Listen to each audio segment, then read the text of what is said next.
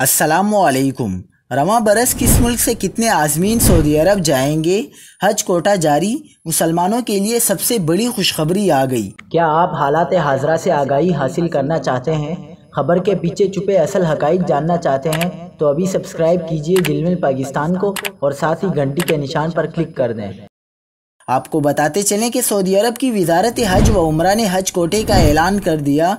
Indonesia का पहला और पाकिस्तान का दूसरा नंबर है। मजमूई तौर पर 10 लाख अफराद हज बैतुल्लाह करेंगे।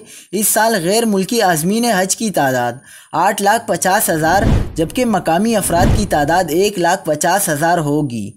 सऊदी वजारत हज व उम्रा का कहना है कि रवां बरस 65 साल से कम उम्र अफराद हज कर सकेंगे। इस साल इंडोनेशिया से 1,51,000 अफराद को हज के लिए आने की इजाज़त होगी। इंडोनेशिया के बाद जिस मुल्क से सबसे ज़्यादा आज़मीन हज को आने की इजाज़त दी गई है वो पाकिस्तान है। पाकिस्तान से ज़्यादा 81,132 अफराद हज के लिए जा सकेंगे।